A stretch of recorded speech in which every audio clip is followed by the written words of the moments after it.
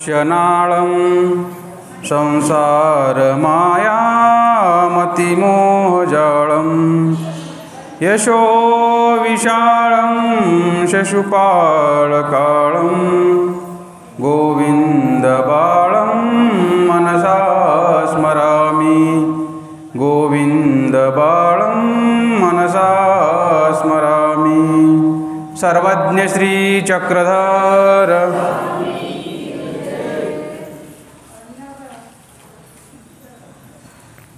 धर्मवार्ता प्रसंगे सर्वत्र अवस्थान मुनिरायाचे या उक्तीप्रमाणे अधिष्ठित असलेल्या अधिष्ठानाला अभिवंदन करूयात. आजच्या या दुपारच्या पूजावसरी श्री क्षेत्र रामटेक येथील तीर्थस्थान वंदन करून या देशमुख मंगल कार्यालयाच्या या प्रांगणामध्ये आजचा हा पूजावसर या ठिकाणी संपन्न होत आहे. या धर्मवार्तेच्या प्रसंगी उपस्थित असणारे सर्व आदरणीय संयोजक मंडळी,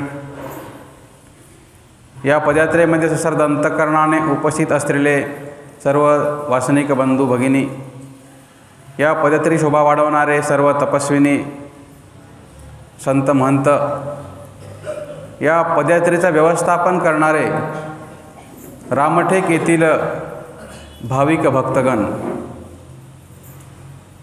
आपल्या सर्वांच्या आग्रहावरून वास्तविक आज उशीर झालेला आहे, तरी पण आपल्या आग्रहावरून आजचा हा प्रबोधनाचा कार्यक्रम संपन्न होत आहे. वास्तविक पाहता आता राशनाची वेळ आहे, भाषणाची राहिलेली नाही आहे. तरी पण या ठिकाणी आता आपण धर्मवार्ता, ज्ञानदान नंतर अन्नदान या उपक्रमाप्रमाणे आजचा जो धर्मवार्तेचा विषय आहे तो विषय म्हणजे अडणीची क्रिया. आपण सर्वजण परमार्गाच्या वाटेवर वाटचाल करणारे मोक्षमार्गाचे वाटसरू आहोत. या परधर्माच्या वाटेवर चालत असताना आम्हाला अनेक भावरूप क्रिया असतील, अनेक धर्मरूप अशा क्रिया आमच्या अधिकाराला वाढवणाऱ्या असतात. ह्या परमार्गाच्या धर्मरूप साधनेमध्ये मग तो वेदवंत असेल, बोधवंत असेल, वासनिक असेल, अनुसरला असेल, ह्या अवस्थेपर्यंत पोहोचण्यासाठी आम्हाला प्रत्येकाला काहीतरी क्रिया आम्हाला करावी लागत असते. आणि ह्या क्रियेमध्ये, ह्या धर्मरूप क्रियेच्या माध्यमातून आपला हा अधिकार त्या परमेश्वराच्या परधर्माच्या वाटेवर चालण्यासाठी उपयुक्त पडत असतो. अधिकाराशिवाय नाम भेटत नाही, अधिकाराशिवाय संत सहवास भेटत नाही, अधिकाराशिवाय सत्संग प्राप्त होत नाही, अधिकाराशिवाय परमेश्वराचा कोणताच विधी प्राप्त होऊ शकत नाही. अधिकार हा अत्यंत महत्त्वाचा असतो. संस्कार जीवनामध्ये अत्यंत महत्त्वाचा असतो. संस्काराशिवाय एखादा प्राणीसुद्धा या परमेश्वराच्या वाटचालीवर वाटचाल करू शकत नाही. आपल्या पदयात्रेमध्ये पहा, या पदयात्रेच्या माध्यमातून ह्या अधिष्ठानाला पाहून अनेकांची हात जोडले जातात, अनेकांची श्रद्धा त्या ठिकाणी उत्पन्न होते. आणि ह्या सर्व पदयात्रेच्या मांदियाळीला पाहून एखादा आस्तिक सहजच त्या ठिकाणी आपले हात जोडून नम्रभाव त्या ठिकाणी प्रदर्शित करत असतो, आपला भाव त्या ठिकाणी आदर व्यक्त करतो. पदयात्रा म्हणजेच या ठिकाणी असणारं हे अधिष्ठान चालतं बोलतं मंदिर आहे. आणि या मंदिराच्या माध्यमातून अनेक गावोगावी जे जे सत्संग होतात, धर्मवार्ता होतात, व्याख्यानं होतात, अन्नदानाचे सोहळे होतात, या सर्व धर्मरूप कार्याच्या माध्यमातून प्रत्येकाचा अधिकार वाढणारा असतो. कोणत्या व्यक्तीच्या दर्शनाने कोणता लाभ आम्हाला प्राप्त होईल सांगता येऊ शकत नाही. आणि म्हणून ह्या वाटेवर वाटचाल करत असताना आम्हाला ज्याप्रमाणे कर्मराटीतून दैवराटीकडे येत असताना ज्याप्रमाणे अधिकाराची आवश्यकता असते, परमेश्वराचं ज्ञान प्राप्त होण्यासाठी जशी या जीवस्वरूपी पात्रता असावी लागते, नामधारण करण्यासाठी सुद्धा एक पात्रता असावी लागते. जसं भगवंत गोपालकृष्ण गीतेमध्ये म्हणतात की मनुष्यानाम सहस्त्रेषु, म्हणजे माझा जो भक्त आहे तो भक्त कसा आहे, हजारातून एखादा आहे. आम्हाला वाटतं की आमच्या परमेश्वर धर्माचा साधक एवढा अल्प प्रमाणामध्ये का बरं आहे. एवढा परमेश्वराचा सर्वश्रेष्ठ असणारा धर्म, त्या परमेश्वराची भक्त एवढ्या अल्प प्रमाणामध्ये का असावीत. जी वस्तू मूल्यवान असते ती वस्तू जास्त प्रमाणामध्ये आपल्याला आढळत नाही, लक्षात राहू द्या. या ठिकाणी हिरा कोणाकडे आहे का, कोणाकडे आहे का, कोणी व्यक्ती हात वर करा बरं. हिरा कोणाकडे आहे का, का बरं. हिरा असायला पाहिजे ना प्रत्येकाकडे. जी वस्तू मूल्यवान असते ती वस्तू सगळ्यांपर्यंत पोहोचत नसते. तसं ह्या सर्व विश्वाचा जो मालक आहे, विश्वाचा पती परमेश्वर आहे, जो अनंत ब्रह्मांडाचा मालक आहे, अनंत ब्रह्मांडाला जो आधारभूत आहे, त्याचं नाम सर्वसामान्यांपर्यंत कसं पोहोचेल. तो का बाजारातला भाजीपाला आहे. त्यासाठी अधिकार असावा लागतो. म्हणून भगवंत गोपालकृष्ण म्हणतात की हे ज्ञान न सांगावे नास्तिका, न सांगावे दांभिका, ऐको नेदावे निंदका विशेषता. कुणालाही ह्या धर्माचा अधिकार प्राप्त होऊ शकत नाही. या धर्माच्या अधिकारासाठी आम्हाला कोणत्या ना कोणत्या क्रियेच्या माध्यमातून, या धर्मरूप सोहळ्याच्या माध्यमातून असेल, तीर्थस्थान वंदनाच्या माध्यमातून असेल, सत्संगाच्या माध्यमातून असेल, प्रवचनाच्या माध्यमातून असेल, आपले जे जे काही आपल्या संपर्कातले असणारी जी पंथेतर मंडळी जरी असेल, अन्य जरी व्यक्ती असेल, त्या व्यक्तीचासुद्धा अधिकार अशा पद्धतीने वृद्धिंगत होत असतो, वाढत असतो. सहजपणे रस्त्याने जात असताना, जरी सहज जात असताना दर्शन झालं, त्याची प्रतिकारण त्या ठिकाणी सुरू होत असते. कोणत्याही गोष्टीची जी काही सुरुवात असते ती खूप अल्प प्रमाणामध्ये असते, छोटी असते. आपल्याला मूळ दिसत नाही कोणा गोष्टीचं. आम्ही झाडाकडे पाहतो, त्या झाडाचं बीज केवढं असतं, झाड केवढं आणि ते बीज केवढं असतं. ते बीजापासून त्या वृक्षाची सुरुवात होत असते. तद्वत आपल्यासुद्धा या मोक्षमार्गाच्या वाटचालीमध्ये अशाच प्रकारच्या क्रिया घडत असतात, ज्या क्रिया परमेश्वराच्या प्रेमदानाला पात्र करू शकतात. आणि अशीच क्रिया या परधर्मामध्ये सांगितलेली आहे. ती क्रिया म्हणजे अडणीची क्रिया सांगितलेली आहे. जिथे साधक अडलेला आहे किंवा एखादा व्यक्ती अशक्त आहे आणि त्या अशक्ताची शुश्रूषा करण्यासाठी कुणी त्या ठिकाणी उपस्थित नाही, तर अशा प्रसंगी एखादा वासनिक असेल, एखादा अनुसरला असेल, त्या ठिकाणी उपस्थित होऊन त्याने जर त्या साधकाची शुश्रूषाविधी जर त्याने केली, श्रमनिवृत्ती केली, एखादा भुकेला असेल, त्या भुकेलेल्याला त्या ठिकाणी लगेच अन्न उपस्थित केलं, तर ही सुद्धा प्रेमदायक अडणीची क्रिया सांगितलेली आहे. यामध्ये विशेषत्वाने दुकाळिका भुकेलिया थोर गोमटे, दुष्काळ पडलेला आहे आणि त्या दुष्काळामध्ये जर आपण अन्नदान केलं, अन्नदानरूपी क्रिया केल्या, त्यासुद्धा अडणीच्या क्रियेमध्ये पडत असतात. पाठीमागे कोरोनाचा काळ येऊन गेला. त्या कोरोनाच्या काळामध्ये सर्व बंदिस्त होते, कुणाला कुठे भेटता येत नव्हतं. अनेक वासनिक मंडळींनी फोनपेच्या माध्यमातून अनेक परमार्गामध्ये क्रिया केल्या. ह्यासुद्धा अडणीच्या क्रियेमध्ये पडणाऱ्या क्रिया आहेत. जिथे मार्ग अडलेला आहे, जिथे अवघड प्रसंग आहे, अशा प्रसंगी धर्माला आधार देणे, परमार्गाच्या त्या प्रसंगामध्ये सुखदुःखामध्ये उपस्थित होणे, ही अडणीची क्रिया सांगितलेली आहे. एखाद्या साधनवंतावर काही असा आरोप आला असेल, परमार्गावर असा काही दोषारोप आला असेल आणि तो दोष नाहीसा करण्यासाठी एखाद्या वासनिकाने त्या ठिकाणी आपल्यावर दोष ओढवून परमार्गाचं रक्षण केलं, परमार्गाचं नाव त्या ठिकाणी शाबूत ठेवलं असेल, सुरक्षित ठेवलं असेल, तर अशा प्रसंगीसुद्धा तो प्रेमाचा उपाय सांगितलेला आहे. ही सुद्धा क्रिया अडणीची सांगितलेली आहे. आणि म्हणून ह्या रामटेक नगरीतील सर्व सद्भक्त भाग्यवान आहेत की या ठिकाणी सुद्धा अशा अडणीच्या क्रिया घडत असतात. पहा, रामटेक या तीर्थस्थानाचं वंदन करून त्या ठिकाणी जो साधनवंत आहे, भिक्षुक असेल, अनुसरला असेल किंवा अनेक पदयात्रा येत असतील, तर त्या पदयात्रेचं व्यवस्थापन त्या ठिकाणी जागेच्या अभावी तिथे करू शकत नाही आपण.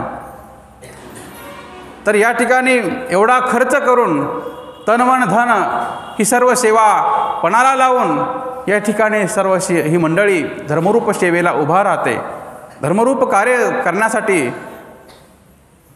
या धर्माच्या कार्यासाठी समर्थपणे उभा राहते. ही सुद्धा एक प्रकारची अडणीचीच क्रिया सांगितलेली आहे. जिथे साधक अडलेला आहे, जिथे परमार्ग अडलेला आहे आणि अशा परमार्गाच्या ठिकाणी त्यांच्या व्यवस्थेप्रमाणे, त्यांच्या म्हणण्याप्रमाणे, त्यांच्या विधीप्रमाणे जी वास्तविक मंडळी परमार्गाच्या उपयोगी जातात, अशा सुद्धा क्रिया अडणीच्या सांगितलेल्या आहेत. म्हणून असा हा संयुक्तिक विषय आज या ठिकाणी मला आठवला आणि तो पदयात्रेमध्ये मी तो सामील केला.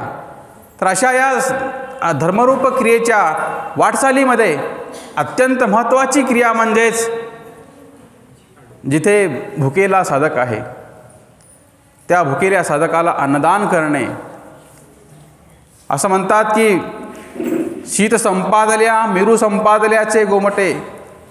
परमेश्वराच्या साधनवंताच्या ठाई एखाद्याने जरी शीत संपादलं, भिक्षेमध्ये एखादा पदार्थ अनादरपूर्वक जरी वाढला, तरी पण त्याची थोरी सांगून निजे असं म्हणतात. त्याची थोरी परमेश्वर म्हणतात की आम्ही सांगू शकत नाही. अशा त्या अन्नदान करण्याच्या क्रियेमधली ही विशेषता सांगितलेली आहे. म्हणून अन्नदान क्रिया असतील किंवा सेवादास्याचा एखादा प्रसंग असेल, सेवादास्यामध्ये आम्ही जर प्रसंग जर पाहू म्हटलं, लीळाचरित्रामध्ये सुंदर असा प्रसंग आम्हाला दिसतो. सर्वज्ञ श्री चक्रप्रभूंना एक वेळ सांडोवा बांधण्याची प्रवृत्ती उत्पन्न झाली. येत सांडोवा बांधिजेल आणि मग येथून पुढे आम्ही प्रवास करू म्हणून सर्व भक्तजनांना स्वामींनी सांगितलं. त्या नदीला, त्या ओहळाला प्रचंड पाणी आहे. भक्तजन पाहतात, जीजी येत पाओ थारे ना, या पाण्यामध्ये पाव आमचा पायसुद्धा टिकू शकत नाही आणि आपण म्हणता की ते सांडोवा बांधा, पूल बांधा. जीजी हे अशक्य आहे, आमच्याने हे होणार नाही. देव म्हणतात सांडोवा बांधा आणि भक्त म्हणतात की जीजी हे अशक्य आहे. आमच्या प्रवृत्तीला तुम्ही वश होत नाही म्हटल्यावर देव उदास झाले आणि देव म्हणतात आमच्या प्रवृत्तीला वश होता येत नसेल तर तुम्ही अवघे येथून जागा. देव काय म्हणतात सगळ्या भक्तजनांना, जा जा म्हटल्याबरोबर बरं वाटलं सगळ्यांना. कारण जबाबदारी कुणाला नको वाटते, जबाबदारी कुणाला घ्यावीशी वाटतं, नको वाटते. प्रत्येकजण पाठीमागे राहू, तुम आगे बढो हम तुम्हारे साथ है, प्रत्येकजणाची अशीच भावना असते. आणि मग कुणी जबाबदारी घ्यायला तयार नाही. सगळेजण हा मार्ग निवडला, म्हणले चला देवापासून लांब जाऊ आपण.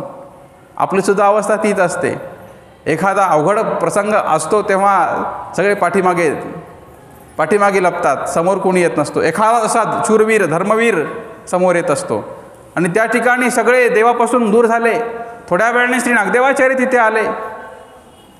देवाला विचारलं, जीजी गोसावी एकले भक्तजन के, आपण एकटेच आहात, भक्तजन कुठे गेले? आणि मग देवाने सांगितलं की आम्हाला सांडोवा बांधायचा आहे, सांडोवा बांधण्याची आमची प्रवृत्ती आहे, परंतु ते कोणी आमच्या प्रवृत्तीला वश होत नाहीत. आणि मग श्री नागदेवाचार्य म्हणतात, जीजी मी सांडोवा बांधू. आणि मग देवाला त्या ठिकाणी त्यांच्या त्या विधीमुळे, त्यांच्या त्या उपस्थित असणाऱ्या कोणत्याही क्रियेला तत्पर असणारे श्री नागदेवाचार्य, त्यांच्या तत्परतेबद्दल श्री नागदेवाचार्यांच्या स्वामी प्रसन्न होतात. तू सांडोबा बांधसी? देवा म्हटले हो. आणि मग श्री नागदेवाचार्य स्वामींना प्रसन्न करण्यासाठी इकडले तिकडले 4-2 दगडं गोळा केले. लगेच परमेश्वराची प्रवृत्ती आणि भक्त लगेच तत्पर. भक्त कसा असतो? आपला स्वतःचा विचार करत नाही, देवापासून विभक्त होत नाही, तो खरा भक्त असतो. अगोदरचे सगळे भक्त देवापासून विभक्त झाले, सगळे लांब निघून गेले. परंतु श्री नागदेवाचार्य अवघड जरी असेल तरी पण त्या ठिकाणी उपस्थित झाले. तू उभा ठाकला अशीच पुरे. करता करविता ईश्वर आहे. त्यांनी ईश्वरावर भाव ठेवून कामाला सुरुवात केली. दगडं जमा करायला सुरुवात केली. दगडं 4-10 मिळवली, एकत्र आणली आणि स्वामींच्या सर्वज्ञांच्या चेहऱ्यावर प्रसन्नतेचा भाव पाहिला. आणि मग ती संधी पाहून श्री नागदेवाचार्य म्हणतात, जीजी मी तयाशी विरजे बोलावू. विरजे म्हणजे आपण दुधाचं दही करतो तेव्हा काय करतो? आपण विरजन लावतो. म्हणजे काय करतो? त्या दुधाला दही बनवण्यासाठी मदतनीस मागवतो. कशाची मदत करतो? विरजनाची. त्या ठिकाणी म्हणतात जीजी मी तयाशी विरजे बोलावू. आणि मग येत असतील तर बोलावा म्हटले. आता देव तर कनवाळू आहे, दयाळू मयाळू आहे. ह्या जीवाचे अनंत अपराध पोटी सामावणारा तो परमेश्वरच आहे एकमेव. देव म्हणतात येत असतील तर पहा बोलावून. आणि मग श्री नागदेवाचार्य जिथे सगळे भक्तिजन बसलेले असतात तिथे जातात. अरे म्हटले काय तुम्ही इथे येऊन बसले? स्वामी तिथे सांडोबा बांधण्याची प्रवृत्ती उत्पन्न केलेली आहे. तुम्ही हो तर म्हणायचं, करता करविता काही तुम्ही आहात, तुम्ही हो तर म्हणा. आणि मग चल म्हटले, तू जर म्हणत असतील तर मग आम्ही येतो, तू जर म्हणत असतील तर मग आम्ही येतो. आपली सगळ्यांची भावना अशीच असते. पहिला निघाला पदयात्रेला, चालली का तू? चालली का माय? मग मी येतो. पहिल्यांदा पहिलं पाऊल उचलणारी ती जी काही माता असते ती पुरुषार्थीच असते. मी चाललो, तुला यायचं असेल तर ये, नाहीतर नको येऊ म्हटलं का बाकीचे बरोबर तयार होतात. तसं त्या ठिकाणी श्री नागदेवाचार्यसुद्धा कोणत्याही कार्यामध्ये पहा, पहिला जो पुढारी असतो तो अत्यंत महत्त्वाचा असतो. आणि मग श्री नागदेवाचार्य त्या ठिकाणी पुढारी झाले. पुढाकार त्यांनी घेतला आणि सर्व भक्तजनांना एकत्र केलं. भक्तजनांना म्हटलं, त्यांनी म्हटले मी एकटा दगड गोळा करतो आणि बाकीचं राहिलेलं काम जे आहे, जमा केलेली दगडं तुम्ही त्या ठिकाणी त्या पाण्यामध्ये ठेवून पूल बांधण्याचा, सांडोबा बांधण्याचा प्रयत्न करा. किंवा मग मी सांडोबा बांधतो, तुम्ही दगडं जमा करा, आणून द्या मला. आणि मग ते पाण्यामध्ये उतरवायचं काम आम्हाला सांगू नको म्हटलं. तुम्हाला काय करायचं ते आम्ही बाहेर करतो काम. आणि मग सगळेजण त्या ठिकाणी दगडं मिळवू लागले. दगडं जमा करण्याचं काम सर्वांनी केलं आणि एकट्या श्री नागदेवाचार्याने पाण्यामध्ये बुडकळून, पाण्यामध्ये उडी मारून दगडं रचवण्याचं, दगडं बांधण्याचं, तो पूल बांधण्याचा, सांडोबा बांधण्याचा त्या ठिकाणी उपक्रम सुरू केला. आणि मग पहिल्या पायरीला, पहिल्या थराला श्री नागदेवाचार्य जेव्हा खोल पाण्यात जाऊन तो दगड ठेवायचे तेव्हा त्या नाकातोंडात पाणी जायचं. देवाचं नामस्मरण सुरू आहे आणि देवाचं नामस्मरण करत, शारीर मानसिक वेदना सहन करत त्या ठिकाणी ती सेवा करू लागले. आणि मग 3 दिवसामध्ये तो सांडोबा पूर्ण आता होणार. आणि परंतु आता एकच पहिली पायरी, शेवटचा दगड त्या ठिकाणी राहिलेला होता आणि एक मोठा पाषाण त्या ठिकाणी त्याबरोबर जागेवर बसणार होता. सर्व भक्तजन त्या ठिकाणी हलवून पाहत होते, परंतु दगड तो पाषाण कोणाला हलत नव्हता. आणि मग अशा प्रसंगी देवाने एका म्हाताऱ्या मातेला सांगितलं, राणाईसा नाव तिचं होतं.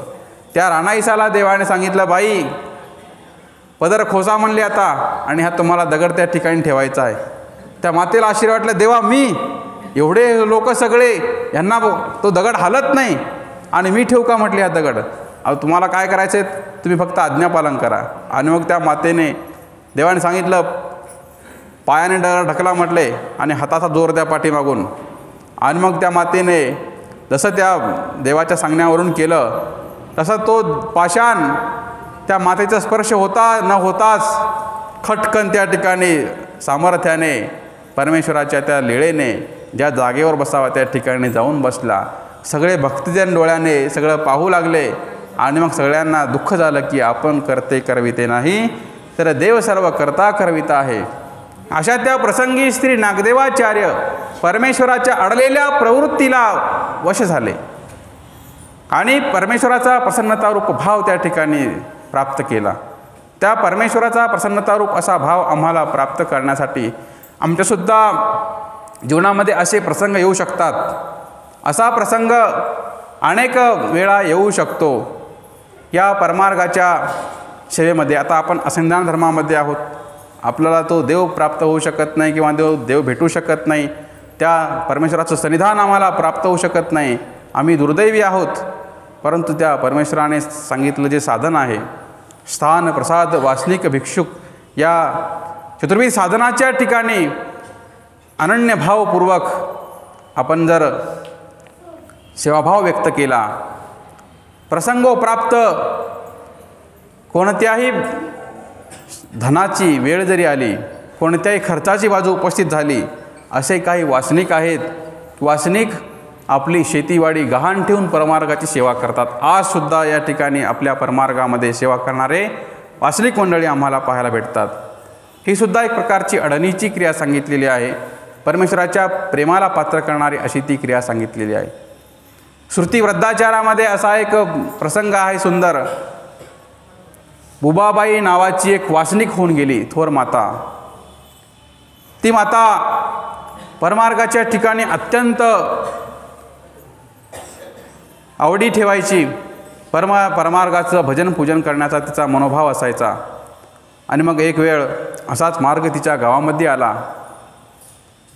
पेरणीचे दिवस होते, पावसाळ्याचे दिवस होते. पेरणीसाठी घरामध्ये धान्य ठेवलेलं होतं. दुष्काळ पडलेला होता, मार्गाला अन्न धान्य भेटत नव्हतं. आणि मग पूर्वीच्या काळी दरमजल दरमुकाम करत मार्गक्रमण करत गावोगावी मार्ग फिरत असत. आणि मग स्वामींच्या वचनाप्रमाणे एखादा घास जरी भेटला भिक्षेमध्ये, त्या घासावर त्या ठिकाणी साधनवंत तृप्त व्हायची. आपली साधना त्या ठिकाणी करण्याचा प्रयत्न करायची. आता आम्हाला सगळं भेटतं, परंतु 50 वर्षापूर्वीची जी काही परिस्थिती होती ती खूप अवघड होती. आणि त्याही अगोदर 300-400 वर्षापूर्वी, 800 वर्षापासून ते 700 वर्षापर्यंतची जी परिस्थिती होती खूप हलाखीची होती. वस्त्र नाही, खायला अन्न नाही, अशी आमची सर्वांची परिस्थिती होती. परंतु आता ही सर्व बाजू आम्हाला दिसत नाही. परंतु पूर्वजांनी खूप कष्ट, सायास प्रयास सहन करून हा धर्म टिकवलेला आहे. आणि मग त्या परमार्गाचा सर्व अधिकरण आणि परमार्गाचा त्या गावामध्ये प्रवेश झाला. त्या मातेला वार्ता समजली, घरामध्ये फक्त कोणतं धान्य आहे? पेरणीचं धान्य आहे. आणि मग तिच्यासमोर असा प्रसंग आला. घरामध्ये ते धान्य दिवाणजीला सांगून, त्या मातेचं घर श्रीमंत होतं. दिवाणजीला त्या घरातील जे काही तिचे पती होते, धान्याची जी काही साठवण आहे, पेरणीच्या धान्याची साठवण ठेवून दिवाणजीला सांगून ते बाहेर गावी निघून गेले होते. यात्रेला कोणासाठी निमित्त निघून गेलेले होते. घरी फक्त एकटी माता होती. आणि अशा प्रसंगी तिला मार्गाची सेवा करण्याचा तिचा भाव. मार्ग गावात आलेला आहे, तो उपवासी जाता कामा नये. माझ्या गावात येणारा साधनवंत असेल तो उपवासी जाता कामा नये. म्हणून मातेला लक्षामध्ये आलं की मार्गाला धान्याची गरज आहे. पूर्वीच्या काळी काय अशा पंक्ती नव्हत्या. धान्य दिलं जायचं, ते धान्य दळून मार्गामध्ये पीठ तयार केलं जायचं आणि त्या पिठाच्या भाकरी तयार करून मार्गाला पाळं व्हायचं. आणि मग त्या वासनिकांच्या घरी परमार्गातील साधनवंत त्या ठिकाणी आले आणि शब्द टाकला की परमार्ग या ठिकाणी आलेला आहे आणि काही धान्याची व्यवस्था होईल का. आणि मग त्या मातेने सांगितलं दिवाणजीला, आपल्याकडील जे काही धान्य आहे ते सर्व धान्य मार्गाला परमार्गाला या ठिकाणी पोहोच करा. दिवाणजीने सांगितलं ठीक आहे, आपल्या परमार्गामध्ये धान्य पोहोच होईल. आणि मग काही एक दोन पोते ठेवले आणि बरेच अन्न मार्गाला जेवढं लागते तेवढं त्या ठिकाणी पुरवठा त्या मातेने त्या ठिकाणी पुरवला. आणि मग मार्ग त्या ठिकाणी अडला होता. त्या अन्नदानाच्या क्रियेसाठी ही माता उपयोगी पडली होती. मार्ग निघून गेला, पाऊस झालेला आहे, पाऊस पडलेला आहे, आता काय करायचं? दिवाणजीसमोर प्रश्न पडला. सर्व त्या नोकर चाकरांकडे प्रश्न पडला की आता काय होणार पुढे? पेरणीसाठी घरामध्ये धान्य नाही. मालक तर सांगून गेलेत, आपल्याला काम सांगून गेलेत की पेरणी करायची सगळ्या आवारामध्ये शिवारामध्ये, धान्य कुठून आणणार? आणि मग त्या प्रसंगी त्या मातेनं सांगितलं, नदीतील वाळू आणा म्हटले. काय सांगितलं त्या मातेने? आपल्या सेवकांना नोकरांना सांगितलं नदीतील वाळू पोते भरून आणा आणि त्या वाळूमध्ये काय एखादं पोतं आहे ते धान्य त्या वाळूमध्ये मिसळा आणि आपल्या शिवारामध्ये सर्व पेरून टाका म्हटले. त्या परमेश्वराच्या श्रद्धेवर त्या मातेने हा उपाय सांगून टाकला. जे काही होईल ते परमेश्वराच्या कृपेने जे होईल ते त्या ठिकाणी माता कष्ट सायास प्रयास सहन करण्यासाठी ती तयार होती. आता नोकरांचं काम, सांगितलेलं काम करणे काम आहे. त्यांनी जसं सांगितलं तसं केलं. वाळू आणली, थोडंफार धान्य मिसळलं, दिलं शिवारात शिपडून, त्या ठिकाणी पेरणी झाली. हे आता सर्व नोकर चाकर आता मालकाच्या भीतीने सगळे दडून बसले, कारण त्यांना माहिती होतं वाळूतून कुठं धान्य उगवतं का. आता आपली नोकरी गेली म्हटली, आता काय खरं नाही आपलं. हा दिवाणजीसुद्धा तो घाबरून गेला. तो म्हटला आता आपली नोकरी जाणार. आणि मग पाऊस चालू आहे, 10-15 दिवस निघून गेले, कोणी शेताकडे जायला तयार नाही. मालक आले, बुबाबाईचे मालक द्वारकेच्या यात्रेवरून आले घरी. आणि द्वारकेहून आल्यानंतर दिवाणजीला विचारलं, पेरणी झाली का? दिवाणजीने सांगितलं, पेरणी तर केली म्हटले, परंतु धान्याची पेरणी नाही केली यावर्षी, वाळूची पेरणी केली म्हटले. मालकाला आश्चर्य वाटलं, वाळूची पेरणी? आता खरी वास्तवता काय आहे? थोडंफार धान्य होतं म्हटले, परमार्गाला मालकीनबाईने सगळं धान्य देऊन टाकलं आणि मालकीनबाईने सांगितलं म्हटले वाळू पेरून टाका. खरं काय आहे, वास्तव काय आहे? म्हणून घरमालकींशी वाद न घालता सुज्ञ असणारे मालकसुद्धा त्या ठिकाणी शेतामध्ये गेले, शिवारात गेले. तर त्या ठिकाणी त्यांच्या नजरेस जे पडलं ते सुंदर असं शिवार त्या ठिकाणी फुललेलं होतं. ज्याप्रमाणे धान्य पेरणी सगळ्या शिवारात होते, त्याप्रमाणे त्या वाळूतून सुद्धा धान्य उगवलेलं होतं. आणि त्या प्रसंगी त्या बुबाबाईच्या देवाने, परमेश्वराने त्या मातेचं रक्षण केलं होतं.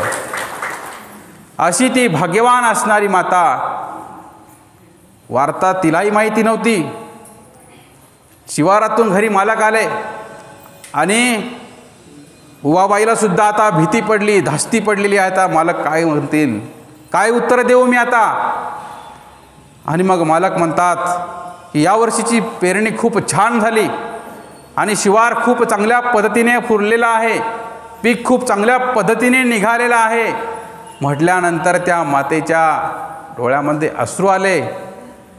त्या परमेश्वराच्या श्रीचरणी असणारी तिची श्रद्धा त्या ठिकाणी उपयोगी आली, कामी आली. ही वास्तव घटना आहे. ही काही आखी तोंडातोंडी आलेली काही बगलीतली गोष्ट नाही, ही तर वास्तव घडलेली घटना आहे. म्हणून परमार्गाच्या सेवेसाठी उपयोगी पडणारे, अडणीच्या आणि अवघड क्रियेच्या प्रसंगी उपस्थित होणारे जे साधनवंत आहेत, जे वासनिक आहेत, बोधवंत आहेत, नामधारक आहेत, किंवा एखाद्या प्रसंगी अवघड प्रसंगी जसे केशिराज बास, दामोदर बासांच्या त्या प्रसंगी उपस्थित झाले, व येणारा अंगावरचा घाव, दामोदरबासांच्या अंगावरचा घाव केशरीराजबासांनी आपल्या अंगावर घेतला आणि ती अडणीची क्रिया त्या परमेश्वराच्या त्या प्रेमाच्या उपायाचा त्यांनी तो लाभ प्राप्त करून घेतलेला आहे.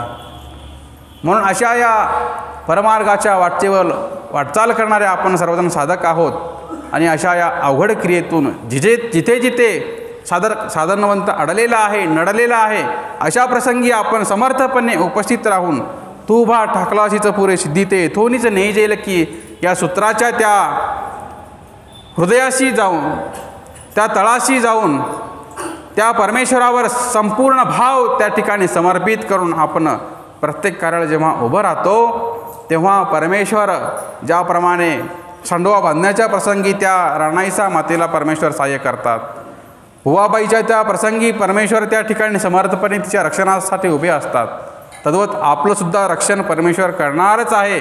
फक्त आपण त्या परमेश्वरावर पूर्णपणे भाव आपण ठेवला पाहिजे. तळ्यात मळ्यात आपला जर भाव जर असेल तर तिथे आपली प्रचिती आम्हाला येऊ शकत नाही.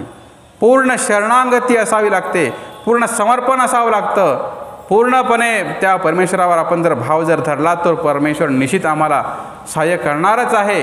आणि म्हणून अशा अवघड प्रसंगी कोणती क्रिया असेल, अन्नदानाची असेल, ज्ञानदानाची असेल, धर्माधार देण्याची असेल, कोणत्याही परमार्गाच्या ह्या वाटचालीमध्ये असणाऱ्या अशा ह्या क्रिया, अडणीच्या क्रिया, अडलेल्या क्रिया, धर्माधार देण्याच्या क्रिया अशा या परमेश्वराच्या प्रेमाला पात्र करणाऱ्या आहेत. आणि म्हणून अशा या सर्व विधिरूप क्रियेचा आपण आपल्या जीवनामध्ये अवलंब करायचा आहे. ह्या परमेश्वराच्या प्रेमाचा जो काही भाव आहे त्या परमेश्वराचं प्रेम मला प्राप्त व्हावं यासाठी आम्हाला असे उपाय आमच्या जीवनामध्ये घडणं अत्यंत आवश्यक आहे. म्हणून असे प्रेमाचे उपाय आम्हा सर्वांना प्राप्त हो. सर्व साधनवंताला परमार्गीच्या परमेश्वराच्या वाटचाल करणारा सर्व साधनवंताला असा उपाय परमेश्वर प्राप्त करण्याचा सुयोग प्राप्त करून देव. या आजच्या या दिवशी रामटेक येथील सर्व सद्भक्तांनी सुंदर अशी ही सुव्यवस्था या ठिकाणी साधनवंताची परमार्गाची पदयात्रेची करूनची केलेली आहे. ही पदयात्रे करूनची व्यवस्था नाही तर माझ्या देवाचा भक्त, माझ्या देवाचा साधनवंत माझ्या गावी आला म्हणून त्यांच्या अंतःकरणातली श्रद्धा, त्यांच्या चेहऱ्यावरचा असणारा हा आनंद त्या परमेश्वराच्या ठिकाणी हा समर्पित होणार आहे. देव आले माझ्या घरी माझ्या झोपडीच्या दारी असा त्यांचा हा भाव आहे. साधनवंत आला, परमेश्वरात साधन आलं म्हणजेच त्याच्या रूपाने माझ्या दारी देव आला अशा प्रकारचा हा भाव त्यांच्या चेहऱ्यावर उचंबळून येणारा आपण सर्वांनी टिपलेला आहे. असाच त्यांचा धर्म वृद्धिंगत होत राहो. त्यांना परमेश्वराच्या साधनातील प्रेमोपायाचे विधी उत्तरोत्तर घडत राहो. त्यांच्या जीवनामध्ये सुखसमृद्धी लाभो अशी ईश्वरचरणी प्रार्थना करतो. सर्वांना शुभेच्छा देतो आणि आजच्या विचारांना या ठिकाणी थांबवतो. सर्वज्ञ श्री चक्रधर स्वामी की जय.